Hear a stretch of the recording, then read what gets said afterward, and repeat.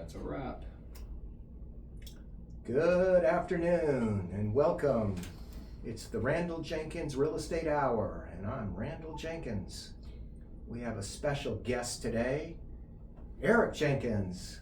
Hello. Eric was brought here for his dynamic and vibrant participation. He's very good at what he does. He's a superstar realtor at Keller Williams. Do you want to give us some content for your audience, Mr. Jenkins? Fill in the blank kind of guy. Give me a call anytime, 727-409-3484. I look forward to chatting. Last week we had a pretty good show on selling a home or selling a property. We talked about if you're selling a property and let's say you're interviewing realtors, and for us, we are realtors, so it's just natural for us to have a perspective of looking at the market from a realtor's standpoint. And what I was able to share was that basically you have to ask the realtor, what do you do differently than all other realtors? Why should I hire you over any other realtor? And we went down a whole bunch of things that make us, or Eric, make you different from every other realtor. Do you remember that? Yes, I remember. Thank God. I hate to think I'm all alone in this show. I'm with you. That's great. So some of the things we talked about that make you different than all other realtors include videos. You're the video monster. I have a few. You're allowed to put 2 videos on MLS, and you do it with Beethoven. Yes. Among the other things that you can do when hiring a realtor is to make sure that they provide you with a Matterport 3D walkthrough video, to use enhanced homes.com positioning, same thing with realtor.com. We talked about QR codes on signs, one house websites, Zillow keywords, which we expressed were not really Zillow keywords. They're really MLS keywords that you can find on Zillow. We talked about doing business with realtors who have marketing plans, who have lighted signs, who prepare explanation videos for buyers and or for realtors, for info tubes, for neighborhood mailers. We got a little technical talking about maybe hiring a realtor that agrees not to transition from a transaction agent or to a transaction agent. And then we talked about the as-is discussion, and we'll talk about that again today on today's topic, which is how to buy a house. How to buy a house. We talked, Eric and I, my brother here, my guest today, about our topic for today, and I got to be frank with you, I spent a little time trying to figure out how to position ourselves best to have this conversation. And I asked Eric many times over the last few days to help me. What is the most important thing to talk about when you're talking to buyers? And since I have it all prepackaged and ready to go, maybe I can put you on the spot and have you join in here and share with me what you think is the most important things when talking to a buyer about buying a house. Well, it would be a good idea to know the client's price that they're willing to go up to. That would be good. And it would be a good idea to know if they want a block home or a wood frame or manufactured, what their tolerance is. Great question. And then it would be, imperative to know if they gotta have 3 full baths or 2 or 1.5. It'd be important to know that. Very good. And sometimes buyers don't want a septic. They want public sewer. We don't have to show them any homes that have septic if they're only public sewer people. You actually have a menu that you go through Yeah, that allows you to remember all of these great points, and you provide and perform a interview. yes. I interview them. I want to know their minimum bedrooms that they'll look at. They say, well, we'd like 4. I said, well, if I find you a perfect home that's 3, is that okay? And they say yes or no. And then I know what the minimum is. Yeah, that's very good. But a successful home purchase isn't just about finding a house. It's about hundreds of small decisions that you make along the line, from shopping to closing, from financing to inspections to negotiations. And that's why it's really important that you have an advocate, ideally a realtor, in your corner who's going to help you make these decisions, and to realize that you're at a point where you have to make a decision. You know, I think even having a mortgage broker that's on your side to help you potentially get, some type of funding would be nice if you could get it. A grant. That's a great point. It's most people aren't buying a house today. They're getting ready to buy a house. Right. And if you're looking at a time frame, 90, 120 days, 6 months, I'm going to buy a house. The real question is, what should you be doing now? And my answer is, you should be looking at down payment assistance programs, and you should be looking at working on your credit. Yeah. If you can improve your credit score and save $200 a month for 12 months a year for 30 years, it's giant. And as far as down payment assistance goes, people hear down payment assistance and they think that it's like some kind of giveaway. Oh, I don't need that, I have resources. And ultimately, down payment assistance is not like a safety net for buyers who can't afford a house. That's inaccurate to look at it that way. It's not charity. They're more like affordability tools. It can make a meaningful difference in your terms or your interest rate or your out-of-pocket. When I get into these conversations and they say, oh, I don't need down payment assistance, I'm saying, okay. I'd like to bring it up just as an opportunity, not that they should necessarily need the funds or want the funds, but it makes it possible to perhaps buy a little more expensive of a house, to buy down the interest rate, to bring less money to closings. A lot of people will look at it and say, can I buy a house now without going into my safety net funds? Or can I buy a house now without going into my kids' college education funds?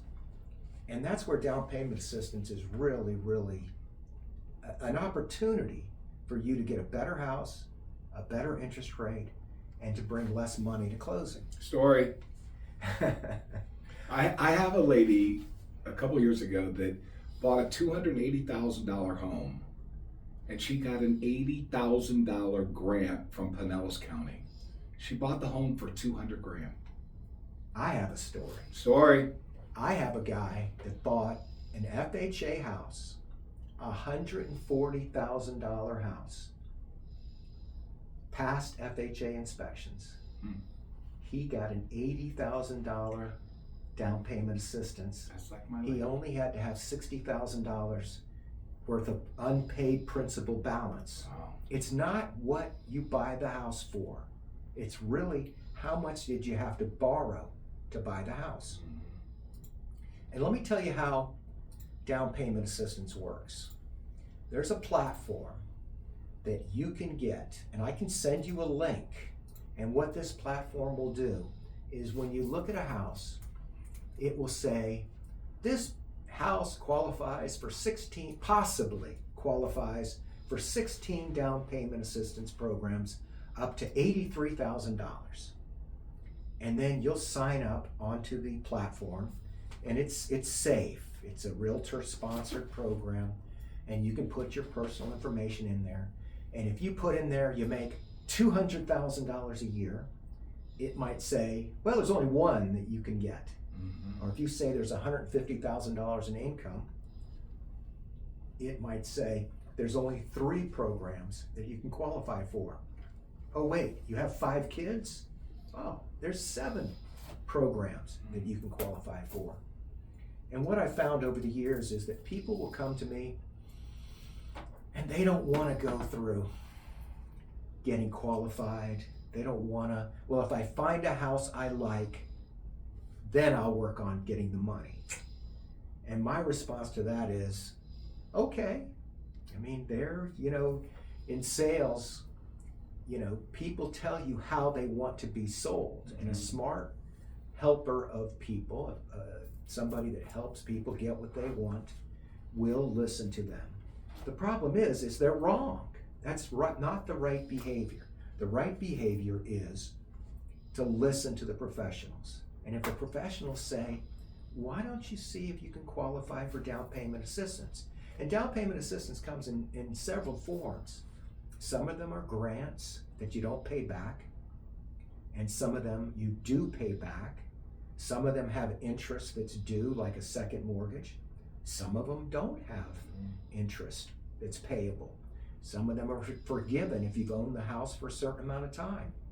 And ultimately, my theory on down payment assistance, it's not charity, it's just out there. They did a survey in every single one of the counties in the United States. I think there's 3,200 counties. There's at least one down payment assistance program for every single county. Wow. And some of them have dozens of programs that you can get for down payment assistance. And what you do, and what I recommend you do, is to reach out to me, and I will send you a link, and you can establish yourself on the down payment assistance program platform, and you can start seeing what you qualify for. For example, American Indians have one of the greatest loan programs out there. Hometown Heroes for first responders and firemen and policemen has been opened up to everybody if your employer is based in Florida. Pasco County, I think actually Pinellas County also has the SHIP, S-H-I-P program, a down payment assistance program. You have to take a class. So does a realtor. So does the realtor, to be able to offer that program.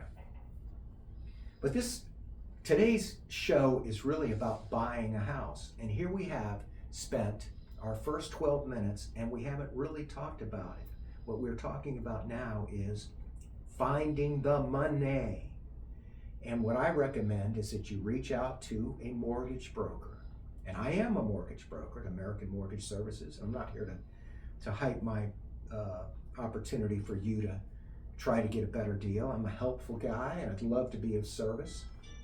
But I'm here to give you education and to help you realize that down payment assistance and grants are not about you not being able to afford something.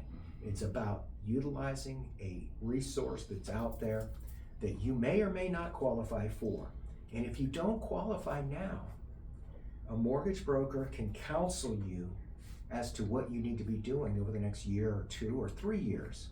And if you survey mortgage brokers, you'll find that they have dozens and sometimes hundreds of people that they're counseling that will be buying a house in the next year, 2 years, or 3 years. But if you never. Or never. But if you don't start now, well, you'll start later or you'll never buy a house. Story. I was talking to a lady about this kind of subject, house buying, and she said to me, she goes, if I have to jump through a bunch of hoops to buy a house, I'm not going to buy a house. I said, ma'am, you're not getting a house because this is a hoop jumping contest. All right, so the biggest misconception in buying a home, it's about finding the right property. In reality, it's about making informed decisions at every stage of the process. The right preparation, financing, negotiation strategy, inspections, and guidance can save buyers thousands of dollars, reduce stress, and help them purchase a home that fits their needs. Now here's the challenge. Every seller wants more than their house is worth, and every buyer wants a good deal. So we have listings. How many listings do you have? 21. 20? I have 20. And how many pendings do you have? 8. 8. I have 3-ish. That means that I'm not sure if the one I had today is actually pending or not. Actually, you know what? I think I can almost say 4 because the seller said to go ahead and send over paperwork on the 4th. I said, I have a radio show. I'll send it over after the radio show. Now let's talk about that. If you're buying a home for yourself and it's going to be your dream home and it fits your needs and you really like it, over the 26 years I've been in real estate, I've learned one thing. It is okay to overpay if it meets all your needs. It's the only one that fits your needs and you really want it. It's not okay to overpay if it's an investment property.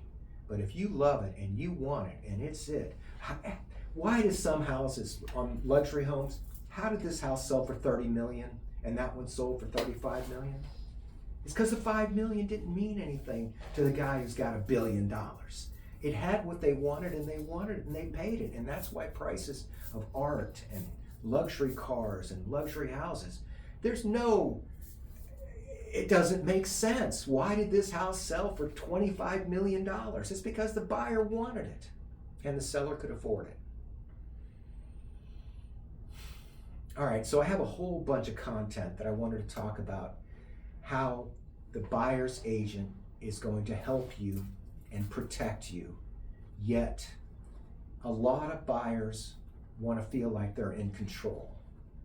And it's kind of like going to your doctor. You know, you don't have to listen to your doctor, but it might be recommended that you consider the realtor has seen the patterns. They've been in these situations before. The realtor wants to take you by the arm and shake you and go, you're not paying attention. Yet, the buyer's in charge. So the agent has a balancing act. And there's lots of examples, like the buyer doesn't want to do an inspection, but the realtor knows the risk, or the buyer is making it absolute, this is the way they want it, and the realtor wants to say, yeah, but, you know, the yeah, but story.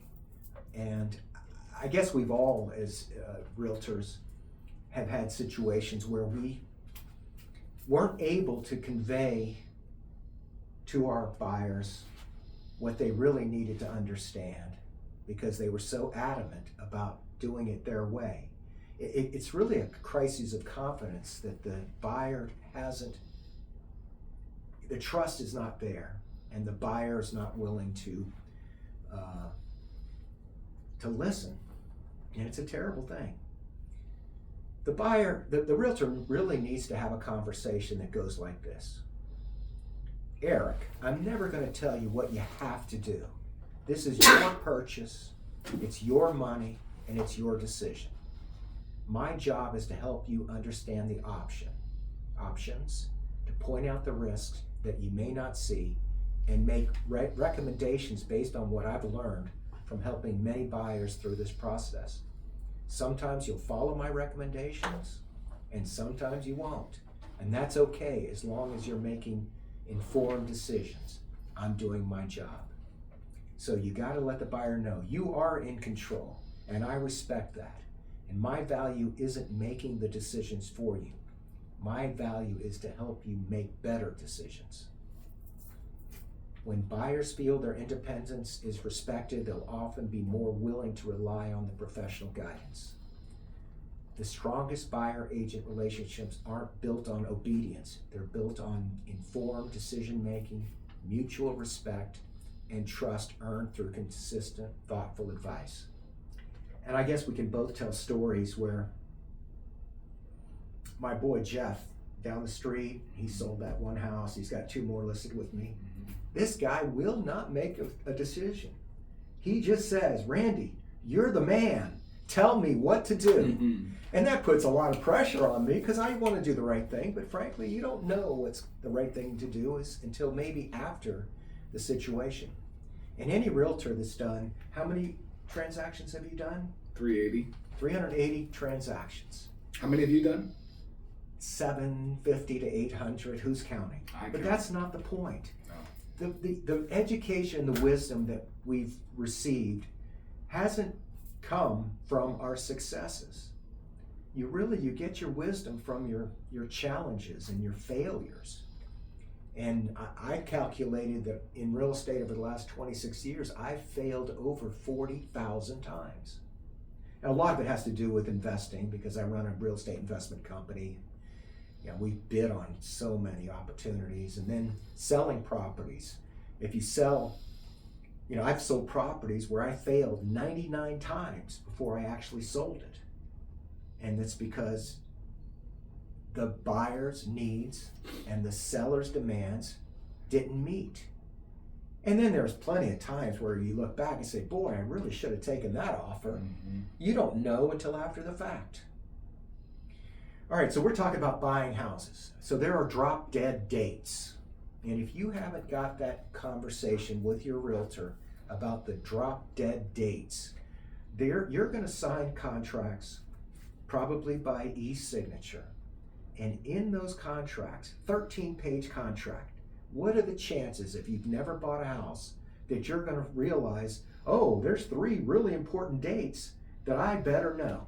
Mm-hmm. You want to talk about those dates, Mr. Jenkins? Well, when you're a buyer, you get a 13-page contract. It's mostly fill in the blank, and you as a buyer with your realtor, if they're diligent, will go through the boxes and you will direct the realtor what the dates are.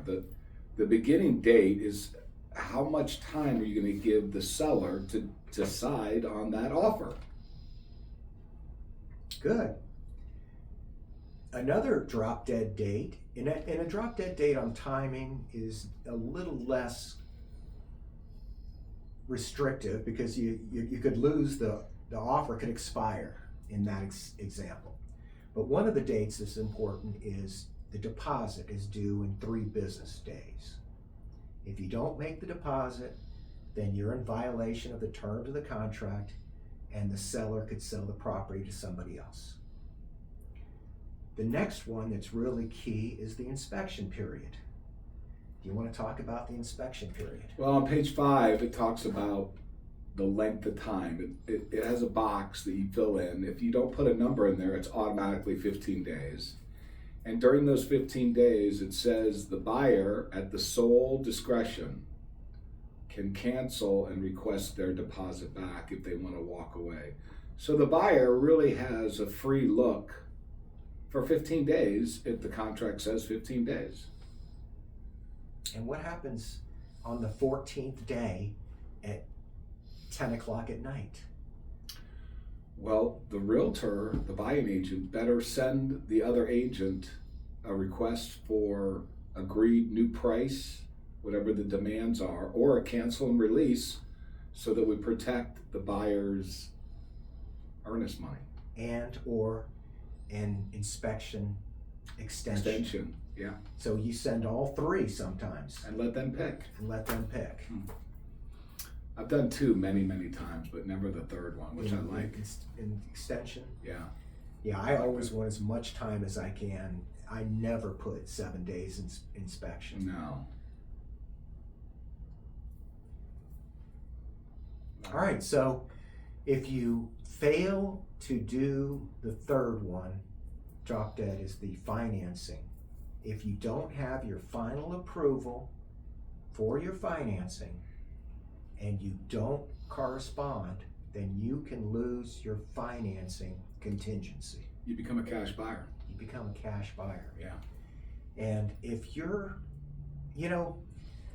ultimately we're both realtors and we both want the phone to ring off the hook with sellers saying, you're my guy or you're my girl, I want you to be my realtor. And invariably, for me, because Eric's Mr. Personality. He gets a lot of business because he's charming. And I'm more bland, and I don't try as excitedly, and I don't want to say I don't care, but the business I get is from people who call me up and say, I've been watching your content, or I've seen your YouTube videos, or I follow you on Facebook, and I want you to sell my house. It's not like I'm out there making, presentations, listing presentations. I make listing presentations. How many a week do you make? Hundreds. Well, not hundreds, but he does make a lot of listing presentations. And you know what happens? We are likely the better agent, and yet we lose listings. Because of what? Because the other agent was more charming, or more personable, or prettier, or they were great marketers, or they had nice advertising. Story. I had a brand new agent, and she had never done a transaction. And I gave her my best lead. And she closed a listing. It was a listing, and got some really good experience. And then she quit and took my lead and went and did another transaction with them. I said it wrong. She bought them a house, and they were going to sell another house when I was going to be the broker. Long story short, she sold the house in 3 days. Her first listing. What's your observation about that? Price too low. She priced it too low. But she was running around high-fiving everybody. Sold in 3 days. Anybody can sell a house in 3 days. That's not what we're paid to do. We're paid to get the highest price in the least amount of time. And it wasn't by underpricing it. But I lost that listing. My client, I knew the guy from before, but she developed a rapport. Anyway, I'll get over it. It's only been 5 years. I made it through. I'm gonna get over it. I'm almost there. Yeah. Anyway, story. In 2024, the Realtors were sued for $1 billion, and they settled for $400 million. What they found out was that when you put a big fat commission on a property, Realtors would show it, and properties that had big commissions sold quicker because they had more showings. Well, the Department of Justice came in and they said, aye, that is steering, and that is illegal. And they have changed the face of realtoring. In the old days, for the last 100 years or something before 2024, they published the commission. And now commissions are treated differently. We're not allowed to publish any commission that the seller might be willing to provide a buyer's agent. And let's face it, buyer's agents have buyers. 77% or something of all listings are sold by a buyer's agent. 20% are sold by the listing agent, and then 5% or so are sold for sale by owner. So to avoid the conflict of realtors showing houses based on commissions, they changed the way that commissions are handled. And now buyers must work out the commission agreement with the buyer's agent before a buyer's agent is allowed to show a home. And what's happening now is that buyer's agents will call listing agents and they'll say, is your seller paying a commission? How much? And my response is, what's the buyer's agent agreement say? 2.5%? Great, we'll pay it. 3%? Great, we'll pay it. We'll pay it because we listing agents understand that buyer's agents have buyers, and we're charged with selling the house. If I say to a buyer's agent, oh, my seller is not paying a commission, what's going to happen? They will more than likely move on to another home to show. And logistically, it doesn't work exactly like that. Logistically, they call the buyer and say, that house you really liked on Riley Street, they're not paying the commission. Do you still want to see it? And that's code for, you're going to have to pay me the commission because the seller says they're not willing to pay it. So a lot of buyers don't want to sign buyer's agent's agreements. They don't want to be on the hook to pay the buyer's agent commission if the selling agent doesn't agree, or the seller doesn't agree to pay the commission. And this has really hurt real estate, I think, in some respects, because I think a lot of agents are not getting buyers to sign the buyer's agent agreements. Have you found that you're selling more houses yourself because of that? I don't know, but I think it's very unusual that in the old days, prior to August of 2024, if Mr. Cash Buyer calls me and says he's interested in 123 Main Street, I'm in my truck and I'm on my way there, setting the appointment to show it. On your own listing? No, prior to August of on any listing. On any listing. Today, they have to sign a multiple page, 3-page buyer's agreement that says they're going to pay me 3% commission. And when you have a buyer and they read it and they see that, it's kind of like a oversized shot of tequila. It takes a moment for them to get it down. Well, yeah, I guess that's one way to put it. And by the way, let's make it very clear. Commissions are negotiable, okay? If you're a seller and you don't want to pay a commission, you do not have to pay a commission. But if you're a seller and you want to sell your house and you want to get showings, it might be wise to realize that it might be a good idea to offer a commission, but you don't have to. It's a real challenge. It's got antitrust, it's got realtor ethics, it's got rules, it's got, realtors are really challenged by this, and many of realtors have not been able to adjust, and we've lost a lot of realtors. But there's so many realtors that did no transactions last year, and they can, let their license expire, and what is it, the 80-20 rule? 80% of the transactions are done by 20% of the realtors. That was the case before. The buyer's agent agreement is just one more. For me, I love it. I mean, if they don't want to sign a buyer's agent agreement, I don't have to show them the houses. Right. So I have no problem with it. But a lot of, if you need a commission today and you're a realtor, working with buyers is a good way to go, because listings can sit. And since every seller wants more than their house is worth, listings can be a challenge. All right, so you're thinking about buying a house. When does it make sense? It makes sense if you're going to stay there for 3 to 5 years, if your income is stable, if you have savings for the down payment, if you want stability instead of flexibility, because if you're renting, you can keep moving. If you buy a home, you're somewhat committed to it. You've got closing fees and expenses, and you may not recoup all of your investment in a home if you only hold it for a year. So sometimes renting is smarter. So let's talk about the costs. Many buyers think they only need a down payment. Down payments can be 0% to 20% or more. FHA, which we should really spend a lot of time talking about FHA, but FHA is 3.5% down. And it's your basic first-time home buyer program.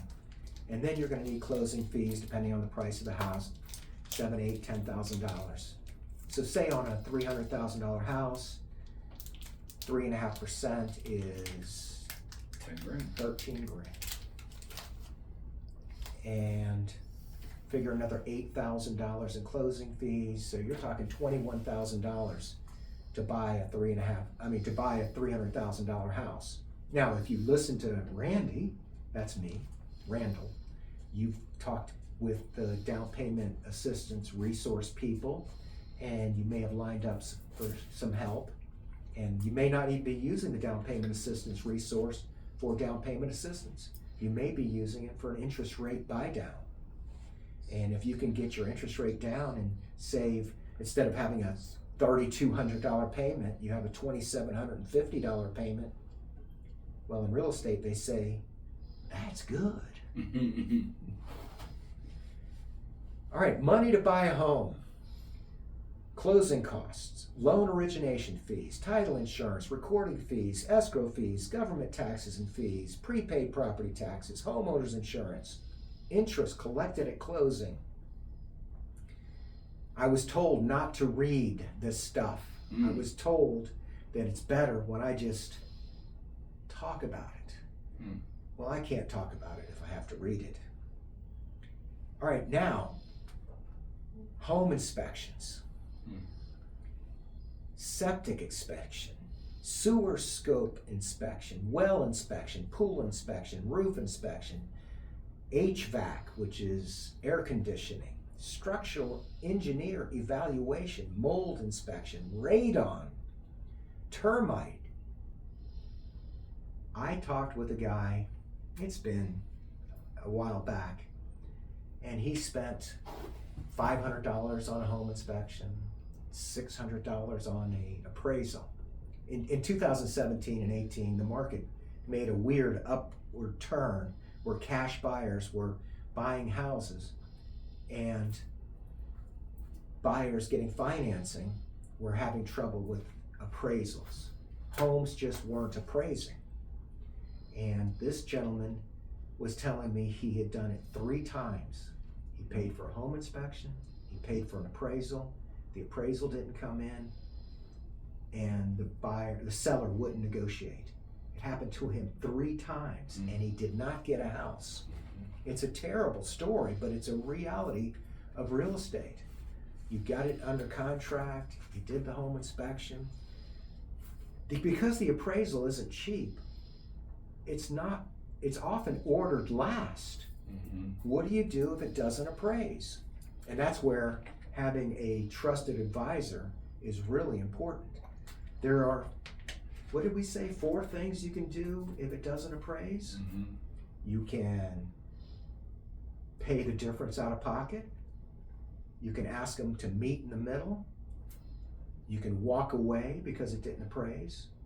Or you can convert it to a 403k and hope that the 403k appraisal comes in. That's excellent. Insurance inspections. So when you get insurance, I mean, there's several flavors of insurance, but the cheapest insurance involves getting a 4-point inspection. The 4-point inspection is electrical, Plumbing, roof, and AC. And if they don't pass, then you have to renegotiate with the seller to either fix him, have the seller fix him, convert to a 403k, or walk away. Or you can pay a premium with some insurance companies for a month or 2. Correct. Or you could, well, I was going to say you could get a builder's risk policy, but if you're getting a mortgage, they won't allow that policy. But if you're a cash buyer, then you could get it's builder's risk. It's for non-owner occupant houses that are under repair. The problem is you can't move in for that. Now the wind mitigation doesn't have to pass the wind mitigation, but if you get it to pass, then you can have a cheaper insurance rate. And that brings me to strips, straps, and Nails. nails. Yeah, if you're getting a new roof, ask about straps. Oh my goodness, you can save $2,000 a year on insurance by spending $2,000 or $3,000 more on a roof. I mean, I just can't believe that roofers aren't selling the upgraded roofs with straps. All right, we're talking about fees to buy a home, HOA application fees, transfer fees, move-in fees, orientation. We talked about loan-related fees, credit reports, flood certification, tax service fees, verification services. Some of these are collected app application, and some of them are included in your closing costs. Why do these costs matter? You think I'm going to put 3.5% down, I'm going to buy a house, but you're going to spend $1,000 or $2,000 more in due diligence to decide whether you should buy the house in the first place. What I really am focused on is homes that were built in the 70s and 80s, and that's doing a sewer line inspection, because so many houses have sewer line challenges. The older homes are made with cast iron, and cast iron in the ground only lasts 40 or 50 years. Mm-hmm. You got a house that's had no problems, the toilet's flush, and then you realize there was one person living there and they were snowbirds. They were only there, part of the year. Mm-hmm. And then your family of 4 moves in, and next thing you know, you've got a sewage line problem for $15,000. Which would be a deal. Oh, they're more than that now? Yeah. Oh my goodness.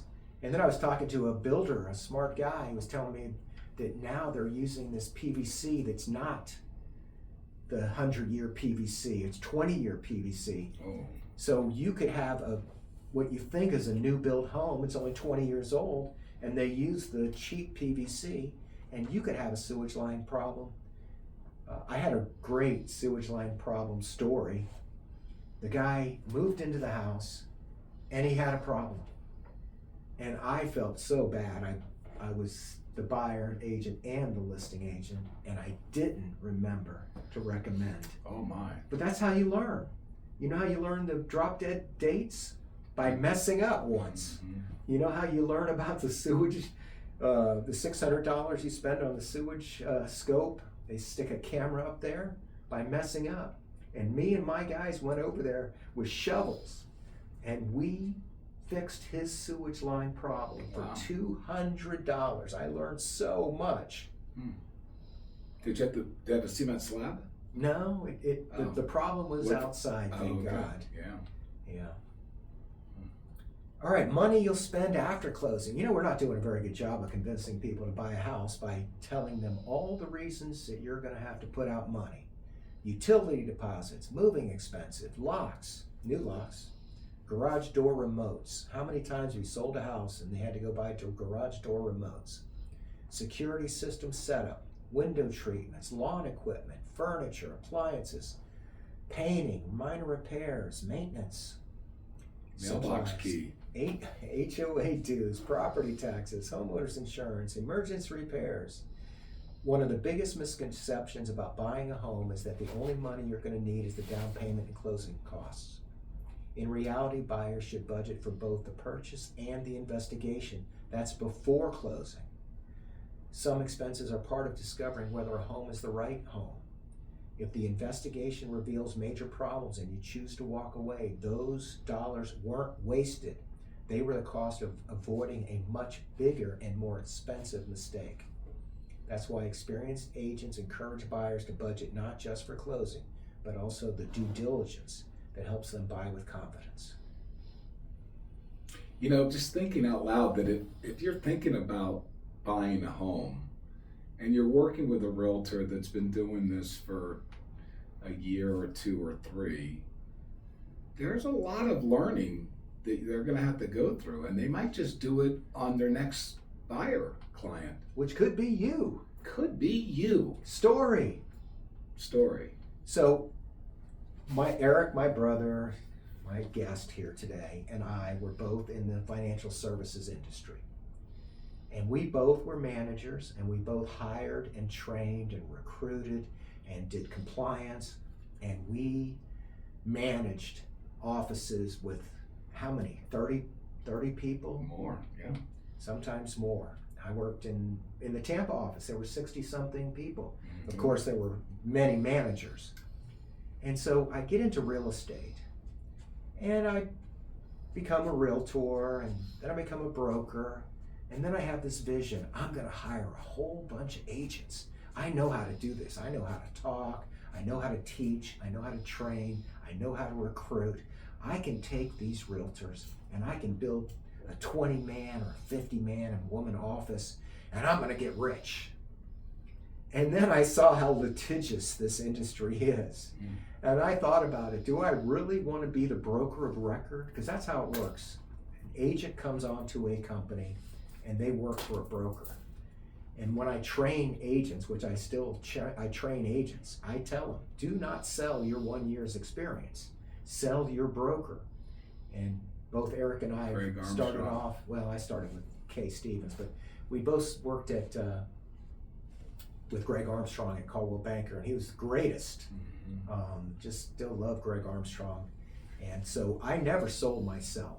I always sold the broker. You know, Greg Armstrong, I had 3 great stories about him. The most telling was when I was a new agent and I was trying to get this guy, wanted to buy this 20 acres off Hudson Avenue.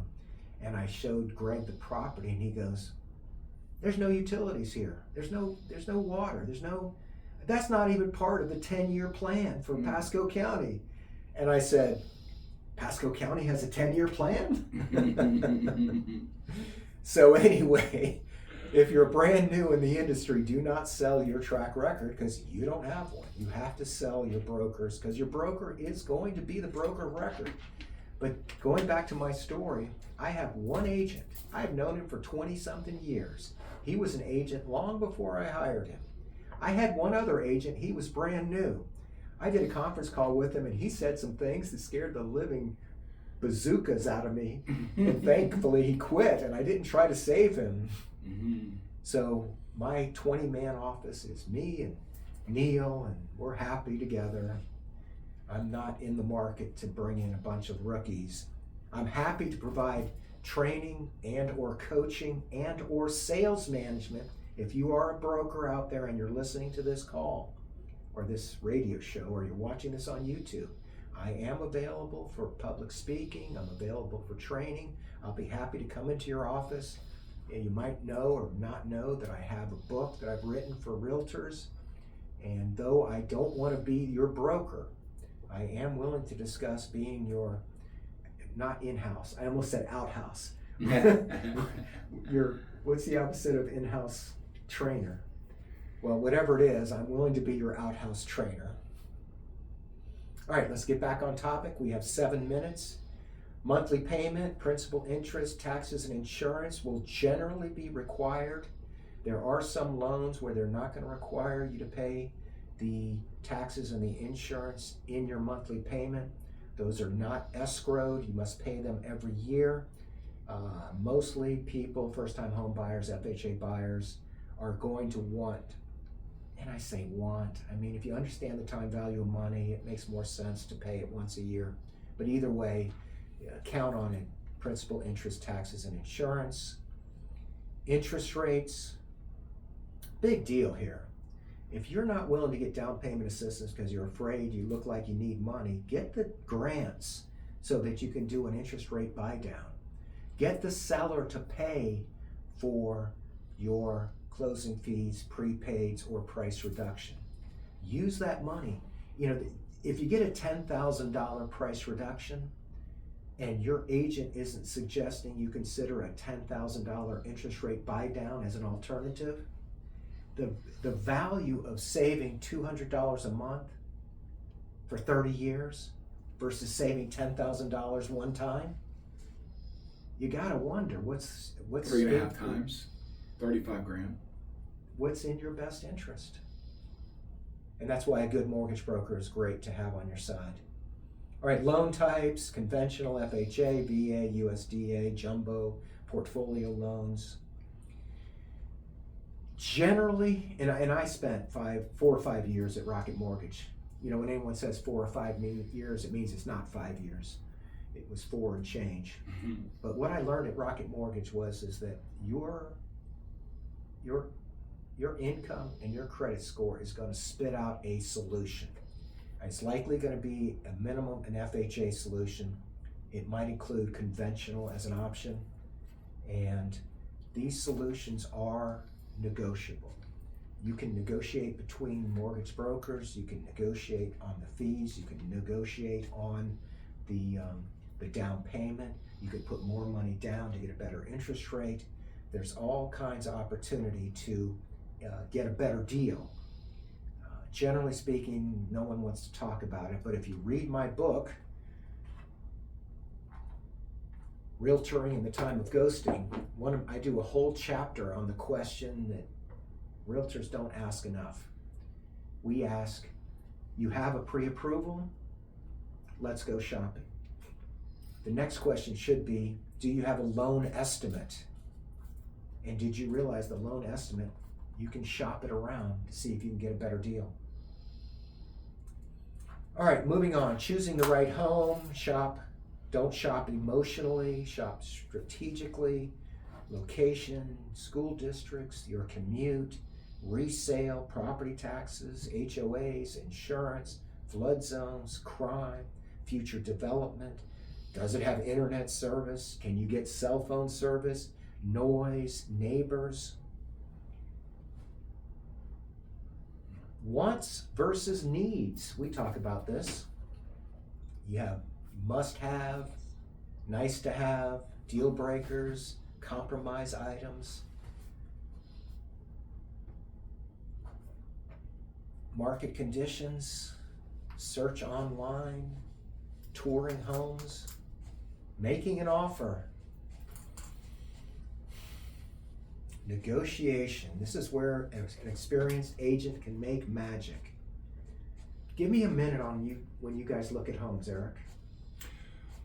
Well, I'm a big fan of making, 20 or 30 showings, and then from that finding 3 or 4 properties that the client likes, and then of that making 3 or 4 offers, and then seeing who gives you the best counter might be the property that the buyer ends up buying. But you're also big at looking at the negatives at houses. You point them out. Oh yeah. That's Yeah, cool. wood rot is a big one that a lot of buyers never see. They don't see T-lot where the road comes out the home. They don't see gaps in doors and hallways leaning. Well, we're winding down, and this information was available and is available through me, Randal Jenkins Real Estate, 727-409-HOME. And if you reach out, I'll be happy to send you this buyer's guide that we summarized. I also invite you to reach out to me if you have any interest in talking about real estate, and I am available for public speaking engagements with your school classrooms, with your organization, if you're an employer and you want to help your employees become homeowners, be happy to be able to help you. My engineer is going to start the music, and I'll know it's time to wind down. As we come into the end of this show, I really want to appreciate you taking advantage of watching this YouTube video or listening to us live on the radio. It's just such a pleasure to be able to share with you. Thank you, Eric, for being such a great guest. You were very good this week. Whose turn is it to buy dinner? Mine. Okay. Don't stop yet. He hasn't cut me off. I can't leave. I want to be here forever. Don't turn off the power. Don't stop us. There's the music. There I knew it was is. coming. Woohoo! Thank you. Have a great day. Ciao, baby.